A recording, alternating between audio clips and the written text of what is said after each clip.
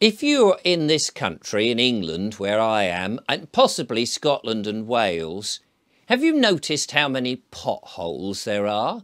Potholes in the roads.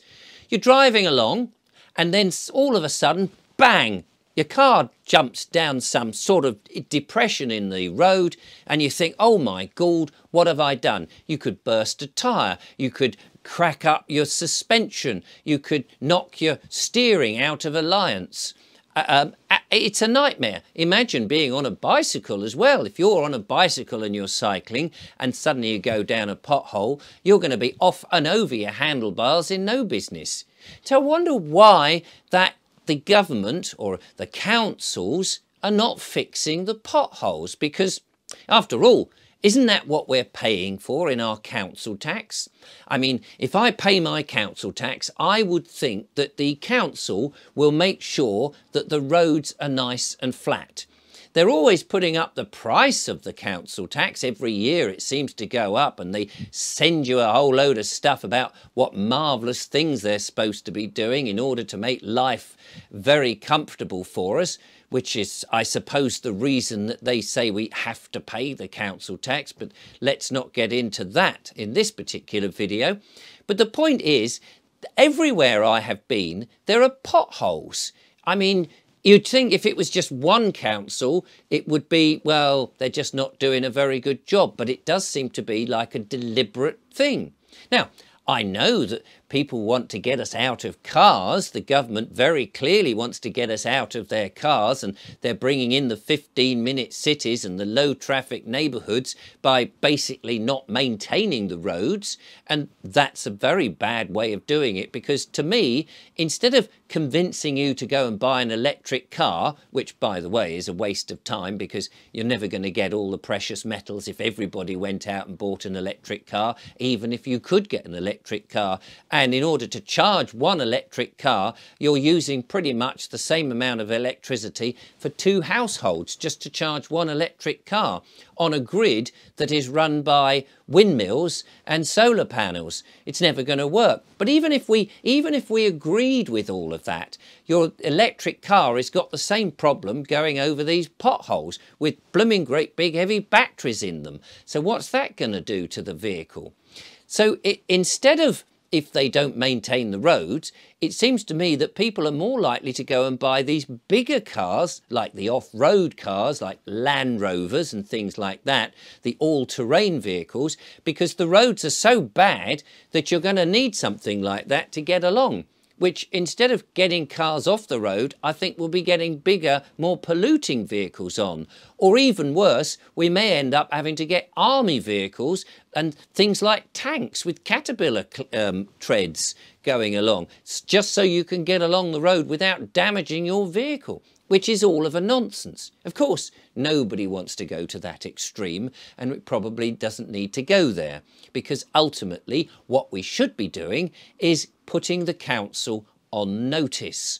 We should be writing to the council, and this is going to be very useful, because coming up very soon, I've got an interview with Stan McDonald. Now, Stan McDonald and I have been putting together some interesting aspects about the legal system, about using legislation, the existing legislation, against things, against itself, to show that there are loopholes in there that the government themselves and the court systems are not actually using. In fact, showing you just how corrupt the legal system, the acts and statutes and the legalese and all of that, how corrupt it really is.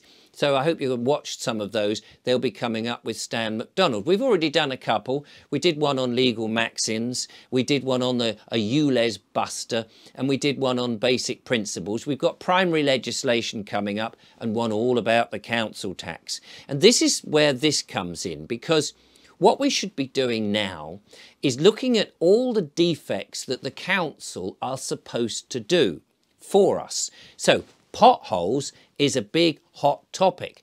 We should be looking around and going, right, there's a pothole here, and tell the council exactly where it is. Dear council, did you not know that there is a pothole in whatever name of the street it is? Now, if you're paying the council tax, you'd want that fixed, because that must be surely in what the council is supposed to be doing. And if the council are not doing it, then when it comes to be paying your council tax, why are you paying for a service that's not being carried out? Remember that the council is a corporation. A lot of them don't like you to know that, of course. They're not just a bunch of people who are there working for your benefit. They are actually a corporation, and by default, a corporation is a profit-based company. It exists for profit. It's not actually a bunch of people. It is just an entity, what people, real people, work for, but they aren't it, if you see what I mean. And so we should be putting the council on notice. We should be saying to them, yes, there's a pothole here, and there's a pothole there, and there's a pothole there. And if they don't fix it, then you can have a claim. You can claim to them and say, well, I don't know that I'm quite ready to pay my council tax, because I would like to pay it, but you're not providing me with a service. As I say, we'll be going more into this with Stan MacDonald in one of the forthcoming videos and the interviews that I have with him. But I wanted to highlight this now because it's something that we could start to do. We could start to make a list of all the things that they're doing that we've not asked for, or the things they should be doing that we expect and that they say. Another thing is, if you see cameras going up, did you know, dear council, there is a camera on the top of there? Could you please tell me why it's there and why it is necessary, and who's asked for it? Has there been a public consultation? Did I miss it? Did we not have somewhere in the district where we could all meet up in the town hall and discuss why these certain cameras are going up and all these 5G towers that are going up? Dear council, could you tell me why they're going up, and who authorised them, and who's the person who's made that decision, and why weren't we told about it?